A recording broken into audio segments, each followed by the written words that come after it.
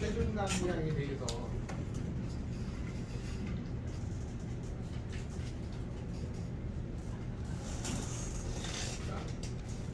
일단은 메타인지 요거 처음 퍼스트 인프레이션을 우리 해면체 편도체라고 그랬잖아요. 단기 저장 기억 능력이 팍 들어오는 임팩트가 뭐냐면 고객님 2003년도에 리커학회에서는 비만을 생활습관병으로 규정했습니다. 그리고 세계보건기구에서 비만을 질병이라고 규정했습니다. 요 단어를 보게 됩니다. 제가 그거 한번 찾아봐요. 세계보건기구가 언제 저거를 발표를 했는지.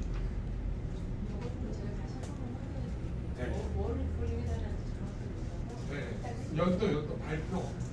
보건기구에서도 저거를 발표를 했다라고 그러는데 질병이 비만도 질병이라고. 사람들이 꼭 물어봐 언제 그랬대요 이렇게. 메이커학회에서 언제 그랬대는데 2008년인지 3년인지 헷갈려가지고 잘못 들어가잖아요. 정보가 계속 그걸로 말을 하는 거야. 알면서도 너희가 그걸 먼저 꺼내서 인지하게끔 해준대. 처음 배울 때 잘 배우셔야 돼요. 물론 계속 업데이트 되면서 수정은 되는데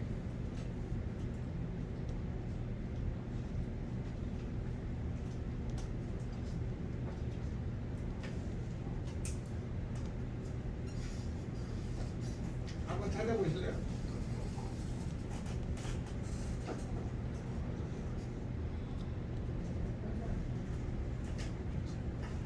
자, 그래서 우리가 지금 이 뭐냐면 결국은 1번 포커스를 뭐냐면 생활습관병에서 바로 질병으로 옮겨와 가지고 당뇨, 고혈압, 동맥경화의 유발 요인이 된다. 여기다 포커스를 맞추고 결론을 사람한테는 너 죽어 그랬잖아요. 뭘로 죽어요? 뇌경색, 심근경색 결국 죽는다. 그래서 비만이 굉장히 무서운 질환이라는 것을 인식시키는데 요 몇 가지 단어를 그러면 중성지방이 왜 늘어요? 중성지방이 늘어가는 이유 과식, 폭식, 야식, 술, 담배, 스트레스, 과로, 수면 부족, 앤드 운동 부족. 이런 식습관, 생활습관이 잘못돼서 중성지방이 늘어나죠. 근데 이 중성지방을 쌓아두는 창고가 뭐예요? 지방, 세포. 지방 세포가 모이면 지방 조직. 그래서 피부 아래쪽에 내장 쪽에 많이 쌓아둔다.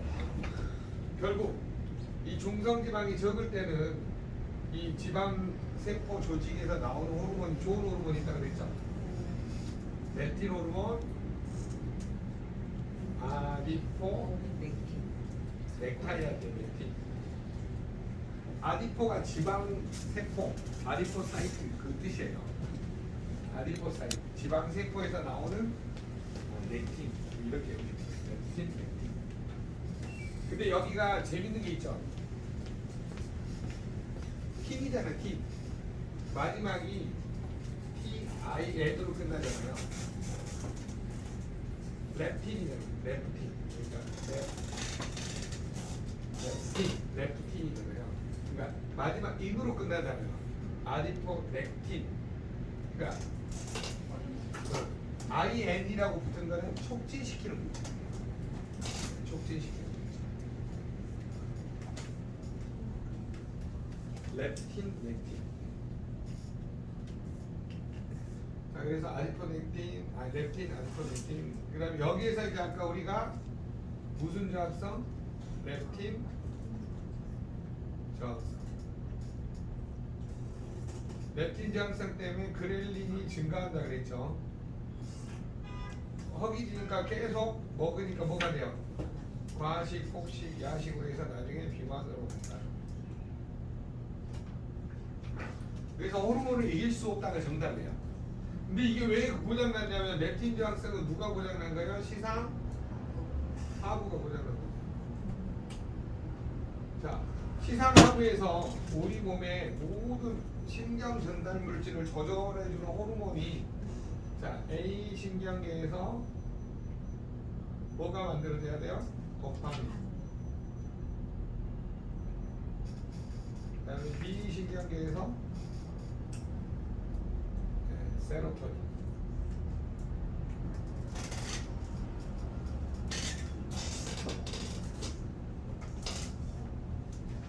자, A도 B세, A도 B세. 그러니까 C 신경계에서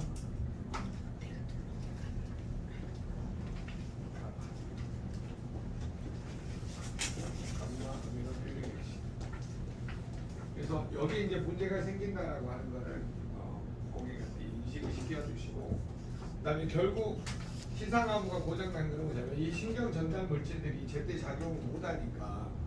자, 여러분 도파민에서 두 가지, 과다시에 나중에 보상 호르몬 중독, 부족했을 때는 나중에 뭐냐면 파킨슨. 세로토닌은 나중에 이제 과다시 왜냐면 뭐 따고 달린다고 뭐라 그러죠? 너무 많이 나와서 광녀가 된다는 거 있잖아요. 좀 이건 쓰기 어려워요. 그냥 꽃 광녀. 꽃하고 광녀가 되죠. 줄어들면 우울증으로 가죠. 자, 이거는 뭐냐면 조절 호르몬이죠. 조절 호르몬. 그 조울증이라고 하면 안 되는 거예요? 그런 기전이 달라요? 조울증하고는 좀 기전이 다르고 너무 과다 분비돼서 항상 햇빛에서 다니거든요. 그러니까 이게 조증. 그걸 조증이라고 그러나요? 너무 하고 다니는 거. 조울증.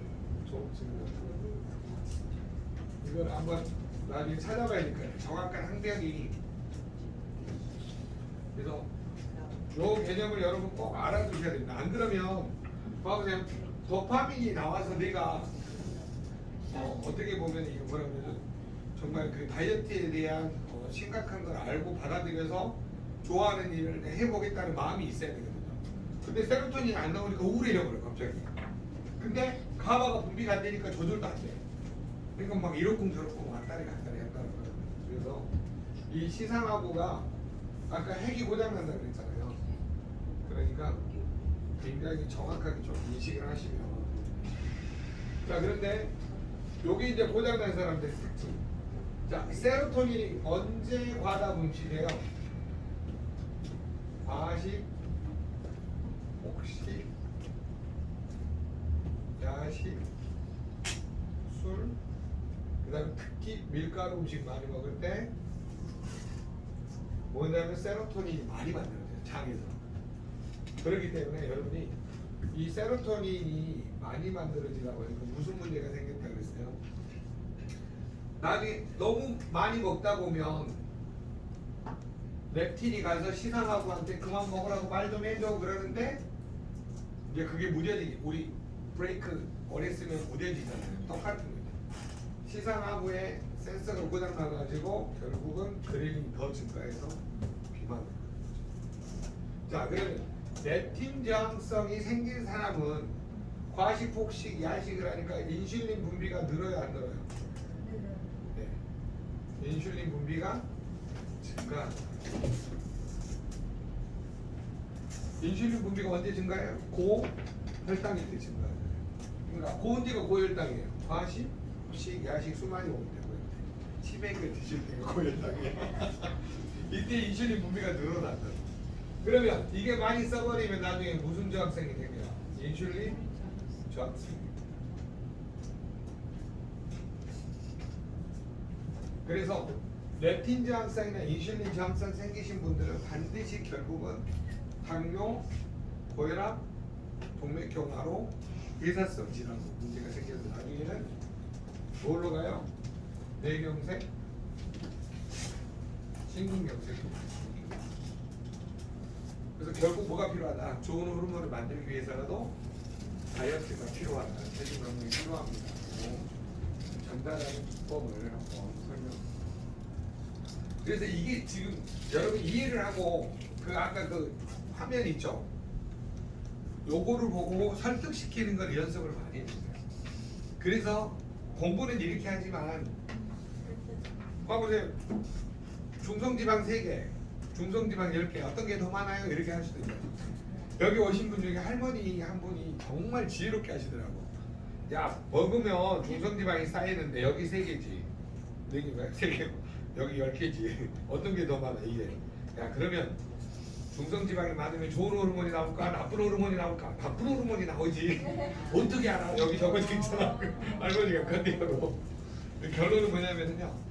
심플하고 다이렉트로 설명할 때 화법을 나만의 화법을 정리해 보세요. 배우면서 어떻게 그 사람한테 잘 들릴 것인가. 태국이는 어떻게 설명하냐? 만약에 이 그림을 보고 설명한다.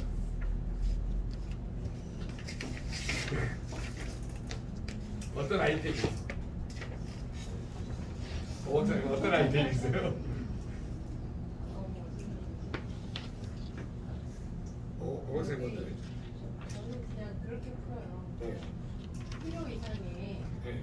영향이 들어왔을 때 우리몸이 다 배출하지 않고 저장을 해주는 어떤 단지인데 그걸 지방세포에서 넣는다. 근데 이걸 빼서 쓰지 않고 계속해서 축적이 되면은 처음에는 숨기는 한다. 그래서 좋은 호르몬이 나오고 나중에 옆에서 일어난다. 네. 저 방법이 저거예요. 내장지문. 여러분 그 견해에 다 나와 있는데 우리가 섭취하는 에너지하고 소비하는 에너지에 남는 열량을 지방으로 축적을 합니다. 몸속의 지방. 그래서 혈중의 중성지방이 증가하면서 뭐가 생기는 거야? 고지혈증, 지방간, 당뇨, 동맥경, 고래가. 그래서 우리가 여기 지금 BMI를 안 적어놨는데 BMI를 여기다 적어놔요. 그때 여기다가 그래서 BMI를 기준으로 관리를 하는 게 도움을 줄 수 있다라고 설명을 하시면서 자, 어떻게 심플하게 갈 것인가를 한번 늘 생각을 한번 해보시는 게 좋습니다. 그래서 이거를 바로 질병으로 연결시켜서 가는 방법이 있다. 그런데 이제 두 번째 고민이 뭐예요? 오케이, 여기까지 이해했어. 생활 습관을 안 바꾸면 어떻게 될까요? 생활 습관을 안 바꾸면 많이 달라요. 그래서 결국은 우리가 프로그램을 만들어야 된다. 어떤 프로그램? 여기 된 거는 정리되고 오케이가 됐는데 내가 프로그램을 어떻게 정의할 것이냐. 생활 습관을 어떻게 개선시켜 줄 것이냐에 대한 포커스를 맞춰보자는 거예요. 자, 그러면 첫 번째 해야 될 일이 뭐냐면 물 먹는 습관부터 개선을 하자는 말입니다. Why? 왜 물 먹는 습관을 개선해야 되냐? 사람의 몸에 물이 70%를 차지하기 때문이다. 그리고 이 70%물 중에 혈액의 물의 비율이 90%다. 그렇기 때문에 물을 적게 먹기 시작을 하면 pH 산도가 어때요? 점점 떨어지게 된다는 거죠. 그래서 여러분이 물 먹는 습관이 중요하다. 그 다음에 물 먹는 습관에서 제일 중요한 것 중에 하나가 뭐 how to 어떤 방법론이 있습니까? 라고 물어보면 1kg당 30ml씩. 그러면 내가 100kg다 라고 하면 얼마 정도 먹어야 돼요? 3리터 정도 먹어야 되죠.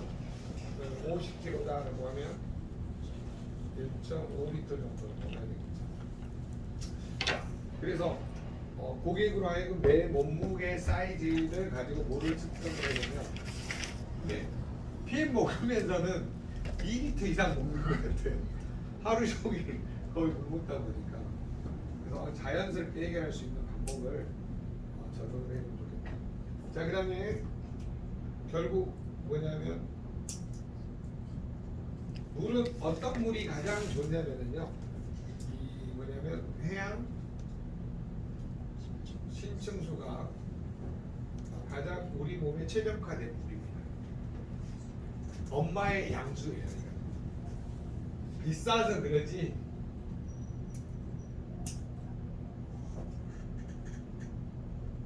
자, 그래서 엄마의 양수하고 가장 가까운 물이 여러분 육각수 들어보셨어요? 네. 육각수.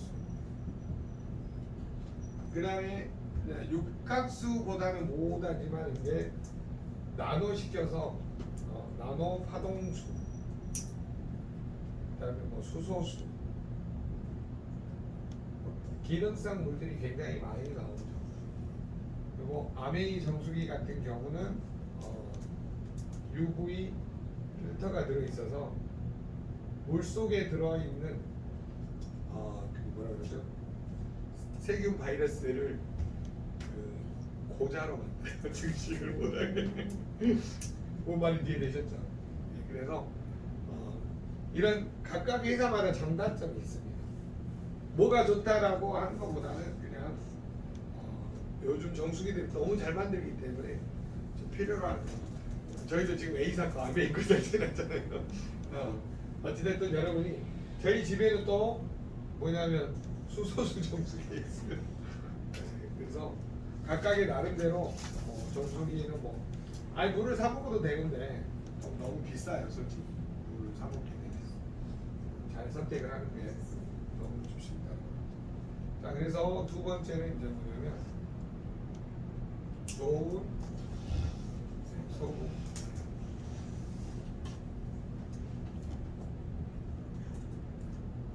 자, 좋은 소금을 먹어야 되는 이유가 뭐냐면요. 자, 이거는 위장 건강과 관련이 있습니다. 자, 위장 건강과 관련이 있다는 말을 쉽게 설명을 한번 해볼게요. 자, 여러분 위에서는 위 안쪽의 내벽에서 나오는 게 위산이라는 물질인데 위 안에 들어있는 염산이잖아요. 그러면 염산은 화학 구조식으로 수소 이온하고 염소 이온으로 되어 있어요. 그러면 이 수소는 우리가 먹는 물이라든가 이런 데서 얻을 수 있지만 염소 이거를 클로르라고 그러죠. 이거는 바다에 사는 염소입니다. 산에 사는 염소가 아니라. 자, 이 염소를 어디서 가져야 되냐면 염화나트륨, NaCl 소금에서 가져야 된다는 거예요. 지금 무슨 말이냐면은 내가 좋은 소금을 먹어야지만이 이 염소하고 수소가 만나서 염산을 생산한다는 거죠. 그럼 위산의 역할이 뭐냐면 살균 작용이죠, 결국. 그 다음에 유미 즉 뭐냐면 음식 안에 있는 거를 죽처럼 만들어서 잘게 쪼갠 다음에 이 위산이 단백질, 탄수화물, 지방, 단백질 중에 단백질을 분해해야 하는 뭐냐면 펩시노겐을 잠시 버퍼링이 생겼어요. 펩시노겐을 펩신으로 전환시켜줄 때 이 위산이 여기에 작용을 합니다. 그래서 극단적인 저염식을 하시는 분들은 문제가 됩니다. 극단적인 저염식은 무슨 문제가 생길까요? 위산 분비가 줄겠죠. 줄면은 펩시노겐이 펩신으로 단백질 분해 요소가 오프 상태에서 온 활성화시켜주는 물질이 줄어드니까 단백질 소화가 잘 돼요, 안 돼요? 안 된다. 펩신이 활성화가 안 된다. 자동차는 있는데 기름이 없는 것도 그래서 결국 일을 못하는 상태가 됩니다. 그래서 위장 건강하고 굉장히 관련이 있기 때문에 이거를 꼭 체크를 해보시고. 자, 그래서 가장 중요한 게 뭐냐면은 내가 먹는 소금을 살펴봐라고 하는 거죠. 기능성 위주로 드실 것인지 1번, 2번 환원소금 위주로 드실 것인지. 자, 이건 ORP라고 그러죠. 그래서 내가 어떤 소금을 어떻게 먹을 것인지에 대한 분명한 가능성은 집에서 뭐 웬만한 좋은 소금들은 뭐냐면 음식하고 뭐하고 일반적으로 먹을 때 있고, 내가 건강이 좀 안 좋을 때는 ORP 그 뭐냐면 환원시켜서 뭐냐면 산화되고 환원된 거를 환원시켜 먹을 수 있는 이런 소금 먹으면 훨씬 더 위장 건강에 도움을 줄 수 있다고 합니다. 자, 그리고 이제 더 중요한 건 뭐냐면 혈액의 안에 NaCl 염분 농도가 0.9%가 염분 농도라고 합니다. 그래서 병원에서 우리가 열나서 가면 병원에서 뭘 주냐면 0.9%짜리 그 뭐냐 생리식염수 있죠. 그거를 놔줘요. 노말셀란이라고 그러죠. 그렇기 때문에 여러분이 소금을 너무 안 먹었더니 위산 분비가 안 돼서 더부르게 해갖고 위가 처져서 위아스로 오르고, 너무 많이 먹었더니 어떻게 돼요? 칼륨이 줄어들어 가지고 심장 박동수가 빨라져서 문제가 생기고. 그럼 이걸 균형을 맞추는 주는 촉매제가 뭐예요? 나트륨하고 서로 기란 관계에 있는 칼륨. 나트륨하고 칼륨이 좋은 소금에는 밸런스를 서로 유지해 줄 수 있게끔 들어있어요. 그런데 일반적인 음식점에서 먹는 소금은 뭐만 들어있어요? NaCl만 들어있어요. 맛소금. 똑같은 남자 콧소금. 여기에는 NaCl하고 뭐만 들어있어요? MSG. 이것만 들어있죠. 그러니까 문제가 생겨날 수 있다라고 하는 겁니다. 이해되셨죠? 자, 그러면 여러분이 옆 사람하고 이렇게 태권도 하듯이 이렇게 딱 이렇게 골반이 있잖아요. 딱 돌려야 돼요. 이렇게. 그 골반 트레이너가 연예인들 그 가르치는 골반 트레이너예요. 연예인들이 자꾸 골반이 틀어지니까, 그러니까 그거하고 방금 말한 거 이거 있잖아요. 이제 엉덩이를 보여줄게. 이렇게 수비 상태에서 이렇게 골반을 보이세요? 무릎은 보세요. 무릎은 고정 상태에서 엉덩이가 손 따라가는 거예요. 이렇게 이해됐죠? 그래서 골반을 어떻게 트레이닝 하냐에 따라서 다 필요합니다. 그래서 여러분이 뭐냐면 뭐라고 질문이 다이어트 시작하고 뭐라고 제일 질문 많이 해요. 아니 왜 더 갈증이 생기고 막 변이 막 옛날 보고 안 나와요. 뭐 변비 생겨. 이게 뭐냐면 지방은 우리가 보세요. 1kg당 9kcal잖아요. 1kg 분해될 때 다른 거는 4kcal밖에 안 나오는데 9kg 에너지가 훨씬 더 많이 들잖아요. 그러니까 물을 더 많이 필요해요. 지방을 그러니까 평상시보다 한 30% 이상 더 먹어야 돼요. 안 먹으면 변비 와요. 거의 대부분. 다이어트 하는 사람들이 제일 힘들어하는 게 뭐냐면 이 두 가지. 막 입이 바짝바짝 마르면서 지방이 분해되니까 타니까 변비가 생기는데 이걸 이해를 못하니까 이제 막 물만 먹어버려요. 그러니까 또 미네랄이 또 빠져나가버려요. 그러니까 물에다가 좋은 소금을 먹어줘야지만이 혈액의 체액의 밸런스가 맞아져가지고 염증을 막을 수가 있습니다. 물을 많이 먹었을 때 미네랄이 빠져나가는 기능이 있어요. 아, 미네랄이 빠져나가는 게 무슨 기능이 있냐면 이거 칼륨 밸런스가 네, 안 맞아져 버리죠. 너무. 그러니까 뭐냐면 나트륨 제흡수 칼륨 배출을 해야 되는데 뭐냐면 나트륨은 계속 더 많이 들어오는데 칼륨 배출이 안 되다 보니까 뭐 빠져나간다는 개념보다도 뭐라 그러지? 그냥 그 밸런스가 깨진다는 표현이 나왔어요. 그래서 일단 물 먹는 습관에서 가장 중요한 건 다이어트를 들어갔을 때 갈증하고 변비를 어떻게 해결할 것이다. 이거를 여러분이 꼭 이야기해. 그러니까 지방 분해할 때 에너지가 더 많이 탈지니까 평상시보다 이 뭐냐면 저기다가 실은 0.9%의 소금을 넣어서 이렇게 먹으면 밸런스가 항상 체액에 마련되니까 좋은데 안 그러면 좀 문제가 생기거든요. 이거를 꼭 고객한테 물하고 소금의 관계를 설명할 때 그래서 다이어트를 하면 갈증과 변비가 많이 오니까 이 염분을 좀 추가해서 먹어요. 자, 우리 여름철 되면 땀이 몸에서 미네랄이랑 이게 다 빠져버리잖아요. 그러니까 몸 안에서는 나트륨하고 칼륨의 밸런스가 깨져 있단 말이에요. 그러니까 이제 뭐냐면 먹어줄 때 그 균형을 전해질의 균형을 맞춰주려면 이 좋은 소금에 있는 미네랄을 같이 넣어주면은 그렇게 막 심하게 심장 박동수가 빨라지거든요. 이런 것들은. 그러니까 다이어트를 할 때 심장 박동수가 빨라진 원인 중에 하나가 뭐냐면요, 카페인. 근데 조금 이따 할 건데 세 번째로 우리 카페인이 어디 들어있어요?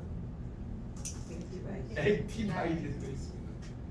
그러니까 이것 때문에 실패한 사람들이 많아요. 커피 한 잔만 먹어도 잠을 못 자는 사람이 있어요.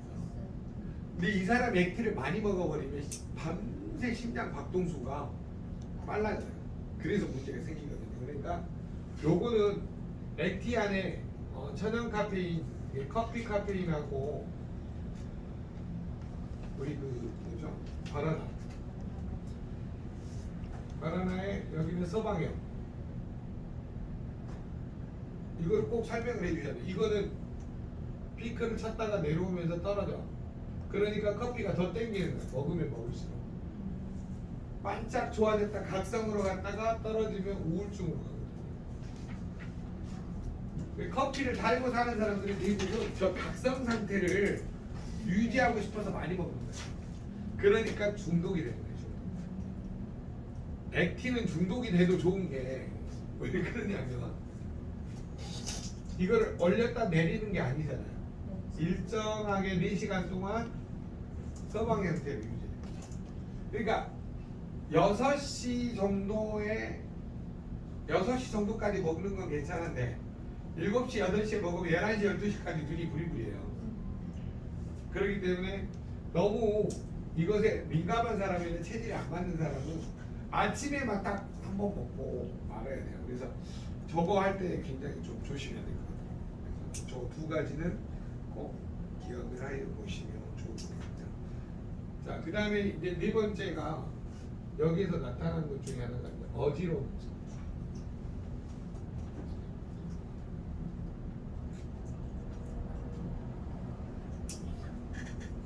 어지러움증이 왜 생길까요?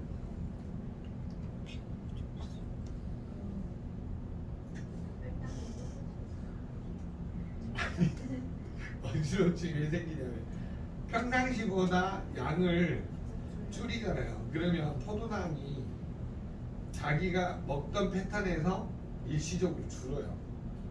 그러다 보니까 무슨 현상이 나타나냐면 당이 들어와야 되는데 안 들어오잖아요. 일시적으로 약간 저산소증이 일어나는 거예요.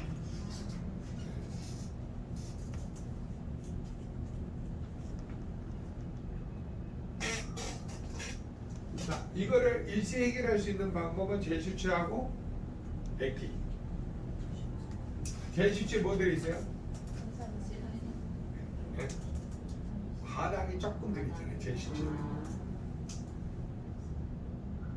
제수치에 과일이 굉장히 많이 들어있어요. 생각보다.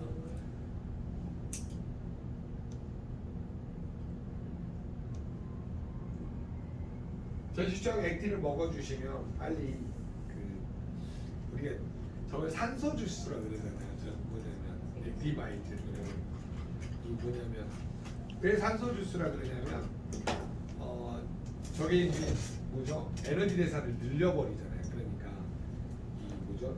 각 세포에서 이 뭐냐면 일하는 속도가 늘어나니까 훨씬 더 빨리 어지러움증이 발생해요. 그러니까 몸에 심각한 문제는 아닌데 저것 때문에 안 하는 사람도 있더라고요. 나는 어지럽더라고요. 그러면 제슈추하고 액티를 먹었는데도 안 해결이 안 되면 저기 뭐죠, 콜라겐을 조금 더 같이 먹어주시고. 왜 그러냐면 콜라겐이 결합 조직이 느슨해진 사람들은 기능이 안 좋아지더라고요. 이 전반적인 몸의 밸런스가 안 좋아지니까. 근데 요게 문제가 생겼을 때는 이제 뭐냐면 추가로 콜라겐을, 그래서 기능적인 문제까지 한번 좀 보시는 게 도움을 주실 수가 있습니다. 그 다음에 이 카페인 부작용이 하나가 또 있어요. 그게 뭐냐면 심계 방광. 이건 뭐냐? 심장 박동수가 일시적으로 계속 빨라지는 상태. 근데 요거는 한 가지 더 알아두셔야 될 게 마황. 한약 다이어트 하시는 분들 있죠?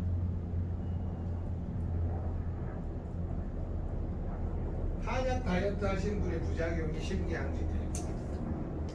뭐냐면 박동수 굉장히 빨라져 버리기 때문에 심장이 두근두근 한다라고 합니다. 그래서 저런 거를 좀 같이 체크를 해보시면 도움을 주실 수가 있습니다. 벌써 2시 됐네요. 10분만 쉬었다는데. 소장님, 여기 찾아보니까 WHO는 2004년도에 선택을 했어요. 그리고 2004년도에 선택을 했는데 공식 지정을 한 거는 비감염성 질환으로 공식 지정을 다시 한 번 한 거가 2010년. 채택은 2004년 됐고, 그 다음에 2011년에 이제 아주 이렇게 비감염성 질환으로 공식 공포 한 거는 2011년. 이 감염성 그리고 비만은 생활습관 병이다라는 말을 처음 쓴 건 일본이고, 일본이 1996년에 계속 1996년 96년부터 비만은 생활습관병이라고 딱 지정하고 계속 그걸 레퍼런스를 하고 있고, 요 레퍼런스를 기초해서 한국에서도 네, 그런 것 같이 그래서 2003년도에서 이렇게 뭐 연세대 내과 선생님이 이렇게 뭐 발제한 느낌이 있는데 그게 공식 문서상으로 받는지 모르겠어요. 아니 그 공식 문서는 맞아요. 2003년도가 맞아요. 내가 한 케이지에 실려 있더라고요. 몇 년 동안 기억이 안 나가지고 저건 잘 찾으셨네. 저건 일본에서 생활습관병을 규정한 게 먼저, 근데 저거를 가이드라인을 삼아가지고 저기 했기 때문에 훨씬 더 많죠. 이거 바뀐 거 한번 봐보세요. 바뀐 거 내가 방금 아니 주무셔도 돼요. 피곤하신 분들은 주무셔도 돼요. 고학생님 그거 한번 봐봐요. 아이디어가 있으면 옛날에 제약회사하고 뉴스킬에서 많이 리스트 만들어서 썼던 기법이에요.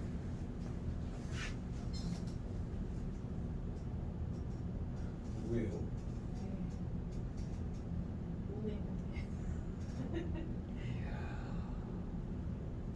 그런 게 61kg.